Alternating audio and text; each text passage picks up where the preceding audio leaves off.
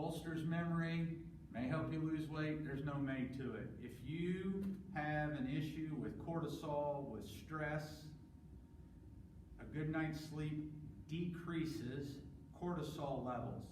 So it allows you to lose weight easier. I couldn't lose my last 20 pounds when I was almost 300 pounds to get down to where I am now into the 220s until I started getting 8 hours of sleep a night. Naps make you smarter. Reduce your risk of depression, and it helps make the body repair.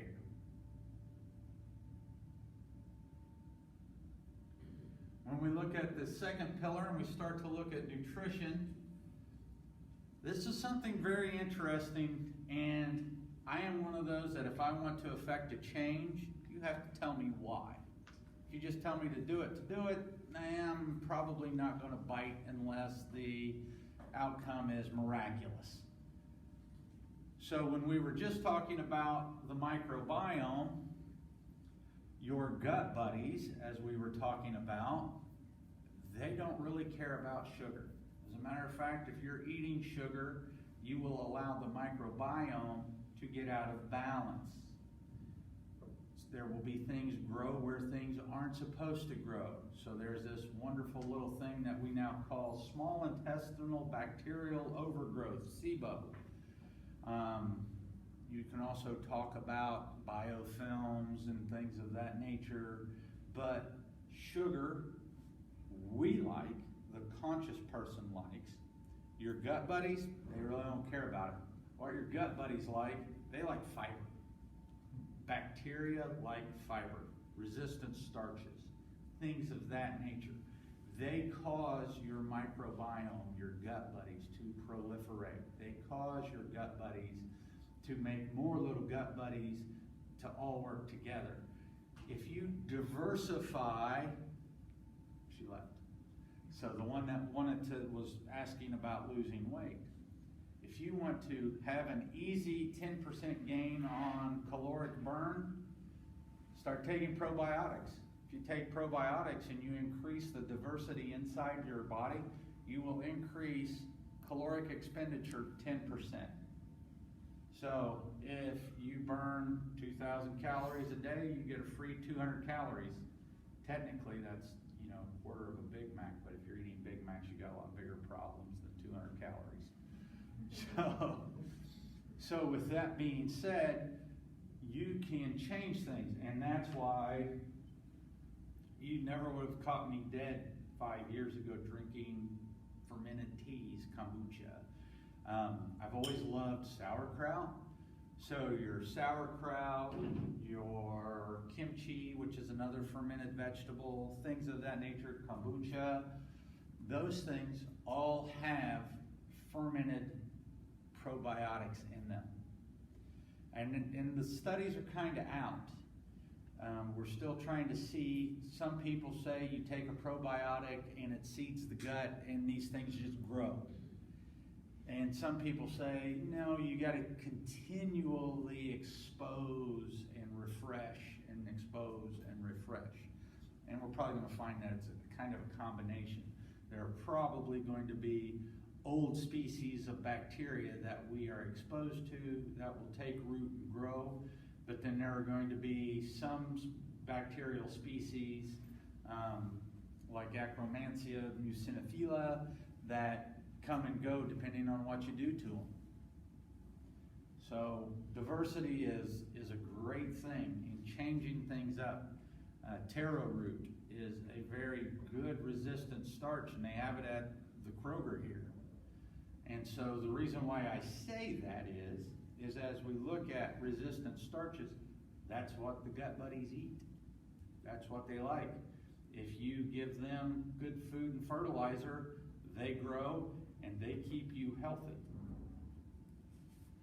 Bacteria excrete enzymes, and those things help us. We are a symbiotic being. And so, is nutrition a diet? I used to think so, and I would go on a diet and I would lose 10, 15 pounds, and then once I got to the 10 or 15 pounds, great, I can quit my diet and I'm gonna go back on pizza and beer. And you can really only do that so many times, and then you start to feel like crap. And it's like, so it's better to find the things that you like. I love pizza. Still love pizza. How do I make pizza? How do we make pizza? We now will get cauliflower crust or make cauliflower crust. And if I'm really hungry and I want something really dense, I'll make a sausage crust pizza. And that's fabulous.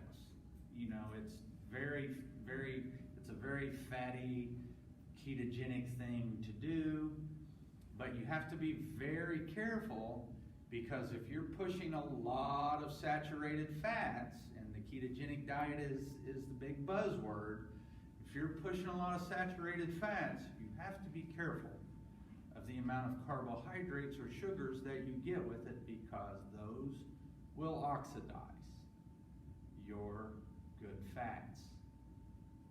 And so I have the APOE3 and 4 genetics. If you happen to have those, you're sensitive to fats, saturated fats, and you have to be careful with those. Because just because I have those genetics, I have a predisposition of 20% towards Alzheimer's, dementia, and those types of things. So sugars, I'll go on a bender once in a while and eat, the Kit Kat or something like that, but it's few and far between. So no, nutrition is not a diet, it is a lifestyle. It is something that you want to do every day, because guess what? If you do good habits every day, healthy things happen. Who knows what the macronutrients are in nutrition? There are 3 macronutrients. Of the 3 macronutrients, only 2 are necessary for life. What are the 2 necessary macronutrients? Quiz time, Susan. Fat.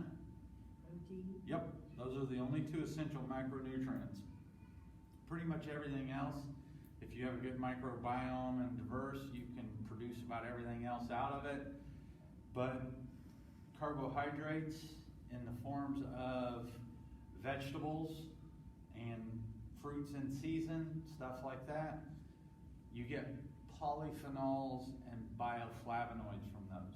In other words, your chance of actually eating spinach and getting the iron from spinach are kind of low, depending on your biochemical makeup, because of what is known as oxalates inside the spinach. But what you do very good with is the polyphenols in there, those constituents in the plants that help decrease arterial sclerosis and that type of stuff. The actual nutrients, Dr. Gundry, once again, if you read his book called The Plant Paradox, he goes into the lectins. He talks about the lectins and the phytates and how they're anti-nutrients. Oh, I can't remember the guy's name who did the nutrient density.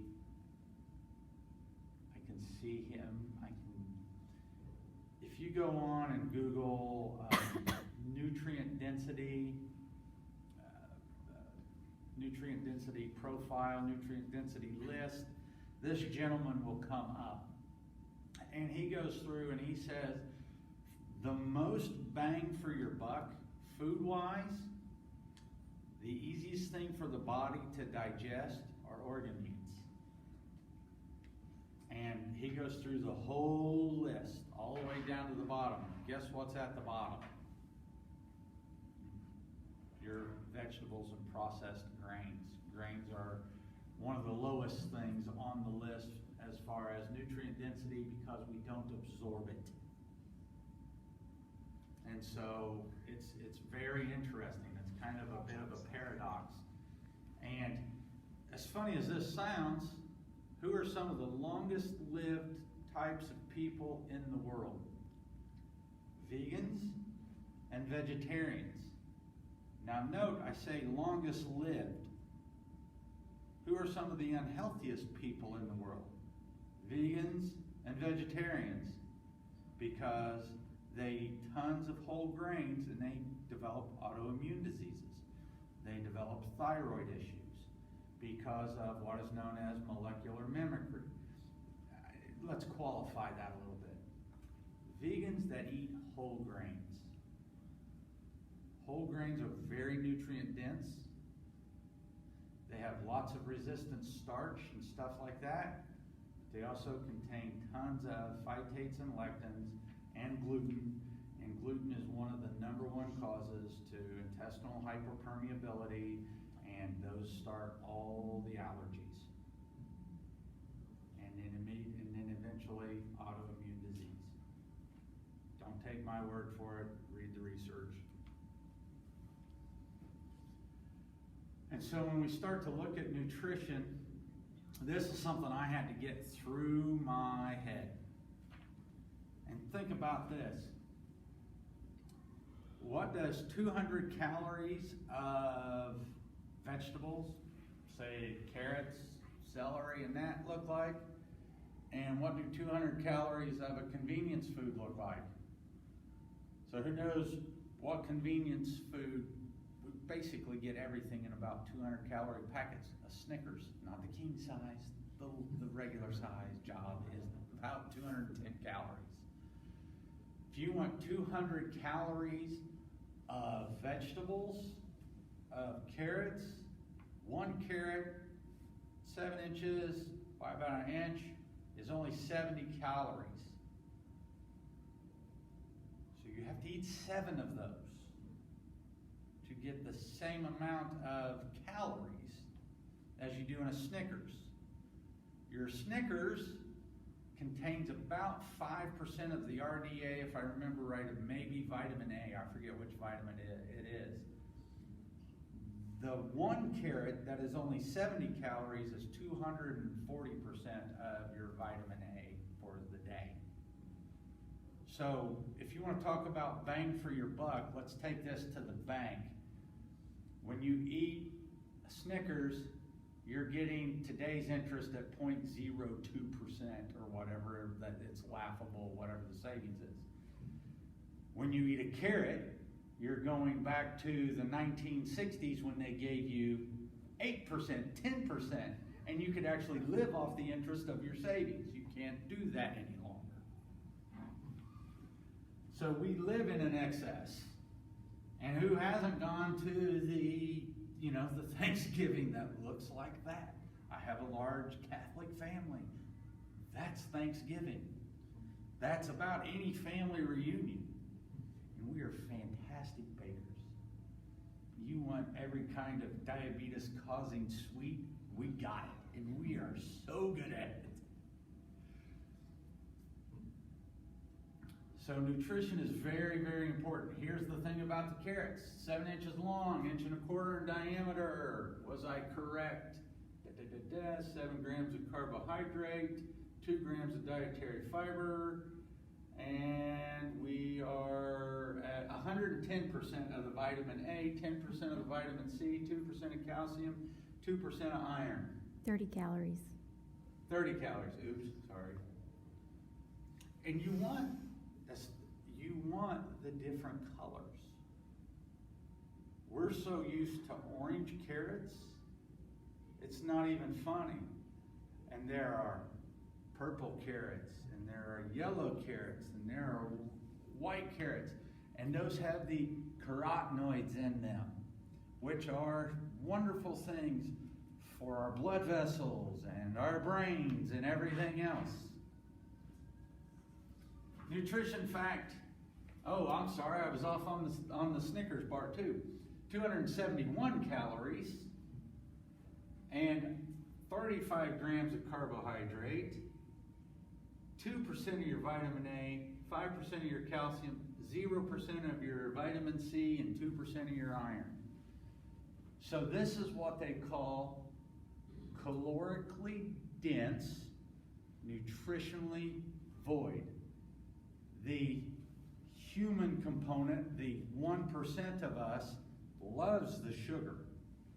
This hits the dopamine. It actually has wheat in there, so it has the gluten. So it hits the gluteomorphins and things of that nature.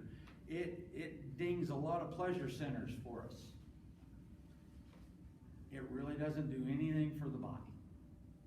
Your gut buddies really don't care about that. They like this. And you can take these things, chop them up, put them on a tray, throw a little avocado oil, throw some garlic on top of there, herbs. Number 2 most nutrient-dense foods, herbs and seasonings. Throw rosemary on there. Throw the garlic on there. Throw thyme. Just experiment. See what you like. That's the wonderful thing about this. Food doesn't have to be McDonald's, Burger King, Taco Bell. It can be, I feel like salmon tonight.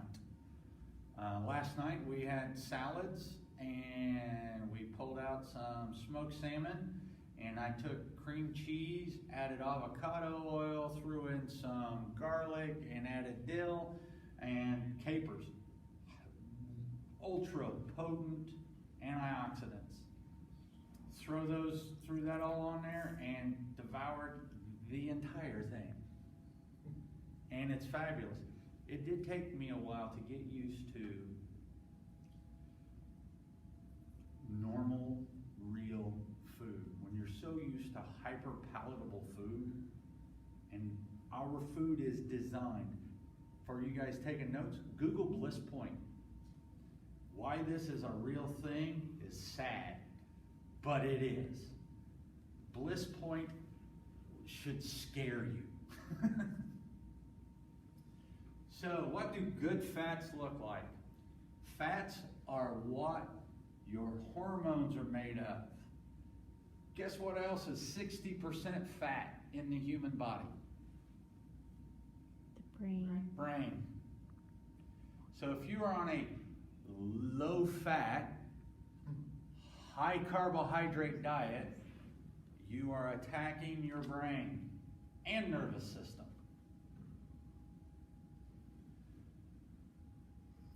Jessica's favorite thing. Avocados are the bomb. I'm pretty sure she might choose an avocado over me. No, my friends bring me avocados instead of chocolate. And actually, if you take an avocado, dish it out, throw it into a blender, get some real cacao, or this stuff called Cacao Bliss. This has cacao, turmeric, things of that nature in it. Throw it in the blender with the avocado, throw a little coconut milk, full fat coconut milk, blend it, throw it in the refrigerator or freezer and let it cool for about half an hour. Try that on for size. Ultra thick, ultra creamy, and it's better for you than pudding. But if you want to pass this around, I do several things. My coffee in the morning is a supplement. I make no money off of that. That is something that I use, that I have my family using. And like I said, my morning coffee is a supplement. I try to make sure that I get as much of my fiber and fat in my morning coffee. You've all heard of the bulletproof coffee and stuff like that. I try to make sure that I get as much of that as I can, and I try to make it very nutrient dense. Like I said, that has cinnamon, turmeric, lots of curcumin and things of that nature. Very anti-cancer causing, very healthy. So when we look at this stuff, and we look at real food as opposed to fake food, you know what the biggest difference between those two things are? And it has to do with actually how they came into the screen. This is very pro-inflammatory. This will give me Alzheimer's and diabetes faster than the Snickers bar. Bread is very glutenogenic.